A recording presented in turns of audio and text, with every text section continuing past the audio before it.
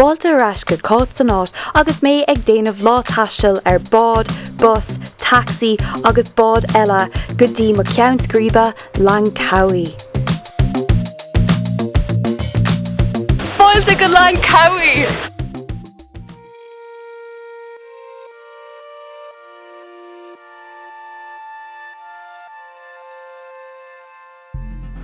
Chat mé an cuid eile den tróna ag taiscéile, ag ithe agus ag ligint mascí ar an trá íomhing ar an Téalainn seo.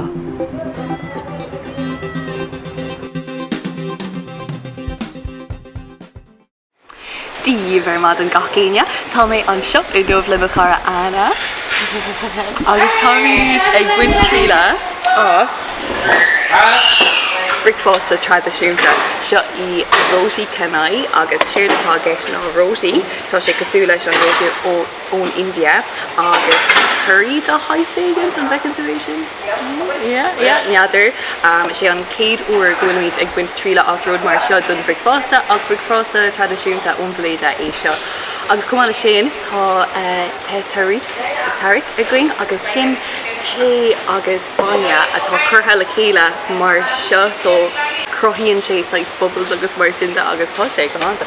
Sláinte. I know that one. Yeah. Is as an stáit aontathe I Anna, so yeah, ní le aon gcuige a cin ótá sé gur so bud mí trílas, yeah. That's good. That's good. Nice. Níl sé roast beef rug, tá sé blasta. No.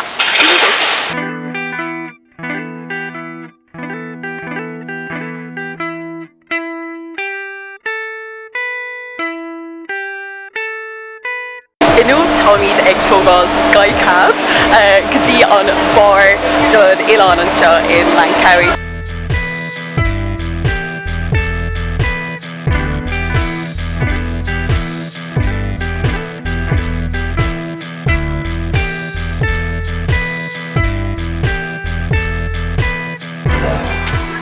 Tá na rair Canada Creta.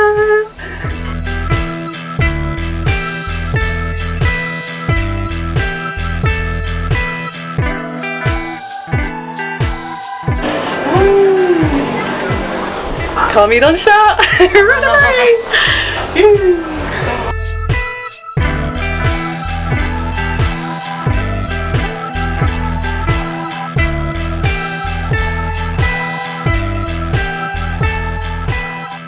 So Tommy taréis Sky Car Lean Cowey a thógáil sé seo an céad rud an príomhrud le déanamh anseo ar an Téalainn de Lean Cowey.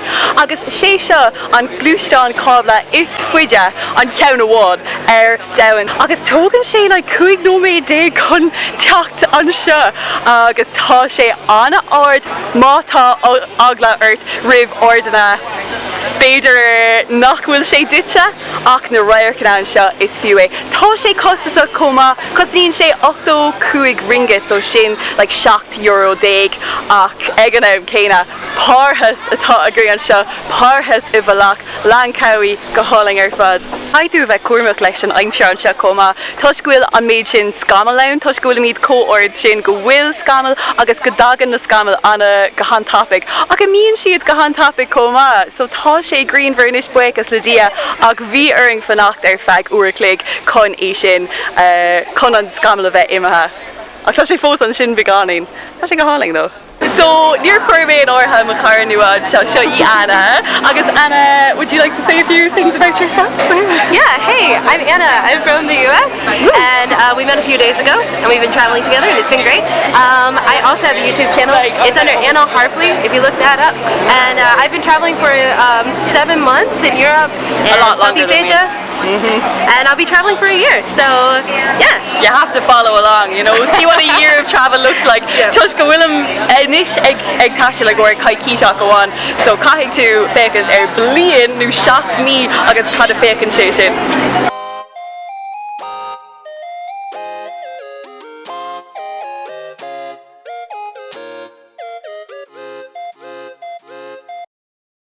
Tá drihid anseo cóma Skybridge ach caithfidh tú clárcabla eile thógáil go dtí an Skybridge an drihid spéir is tócha an drihid na spéire agus cosíonn sé sin agus siúlód nádúir sé ringit níos mó so sin like euro amháin nó beagání níos mó ná euro ach rud difriúil é seo so tá míid inis grúpa de cúigear going an slí go dtí an drihid inis tá míid ag dul sias na céimena so sin an fág go bhfuil ag fécant an talamh tuisc go bhfuil cuairmach níl gachród chothrom anseo so tá chun an tá chun ma chlab a dhúna inis.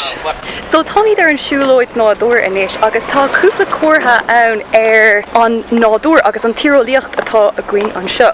An céad rud ná gur geopark Domhanda UNESCO Langkawi agus ina cheanta sin na clochanna atá going anseo sa fork seo tá siad 500 is a 50 milliún bliain díos so anna chean fad agus is léir gur tháinig na cnoch sin le chéile nó na slíomh seo le chéile go hantapig tuisciúil siad códráma túil sin seo an drihid tá sé anna ord ar fad ach na roiircanna is fearr an Téalainn deirthing féin. Da Creta! Tá is gom go deirméis sin a gcónaí ach tá sé do Creta, ní léadach go leile ann.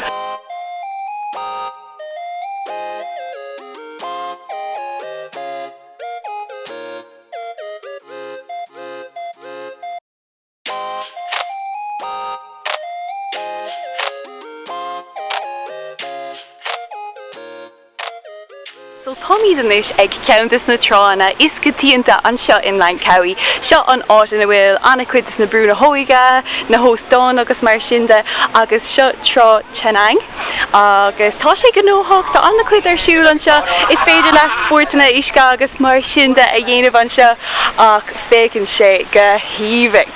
Bhí mé anseo ar feadh lína gréine agus bhí sé an ceantas na lína gréine is fearr dá bhacha mé riamh agus cumála sin béis sin macéad uair béis sin macéad uair ag snámh in san muir Andaman anseo an céad uair ag snámh sa bharga san áide thiar theas agus ní raibh á féile orm bhí sé fuirfa bhí an isce te galóir agus tá mé ag tanúil snámh eile inis tá mé just ag siúil timpeall na háite.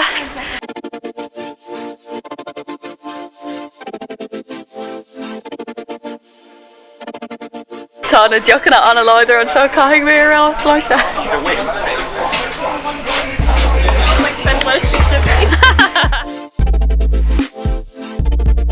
So Tommy's inis ag marga na híthe Tommy's ag fécant an bia galéiretá seo tá sé anna gnóthach inis ach tá fécant gach rud go híomhing fuair mise samosas fégar seo.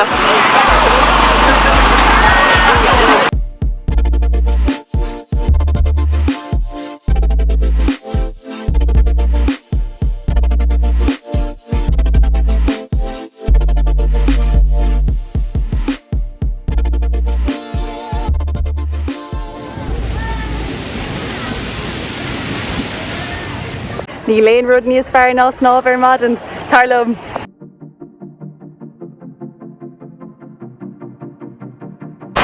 Tá míid ag dul chuig cúpla Téalainn an nómh tá míid ramatha. Stuck again.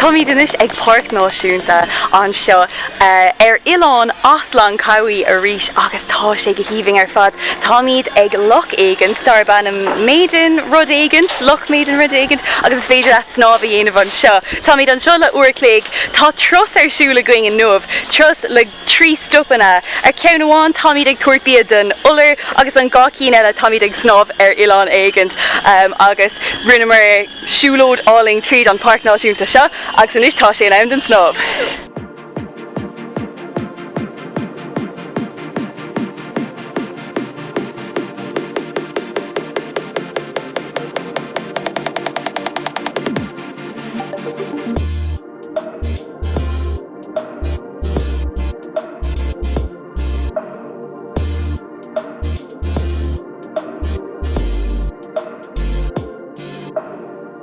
Támid ag tuairt is na choir inis agus tá siad beag go leor tá siad fós anna glóis ar fad.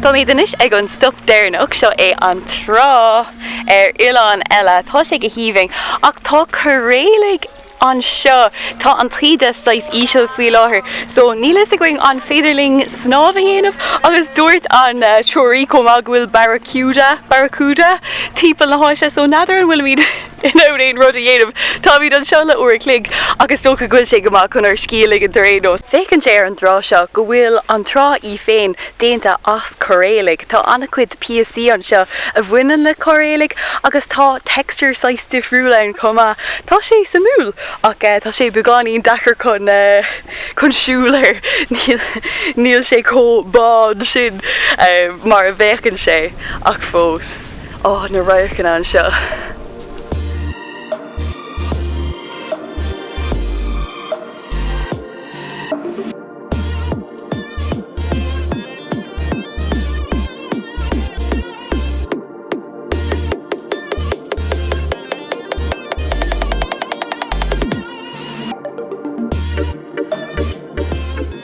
Tar éis fila arás ar Lang Cowie a rís, chuig mé féin agus má cóirde nua le haig bia úntaach Malaysiach agus ihe mu ar an drá.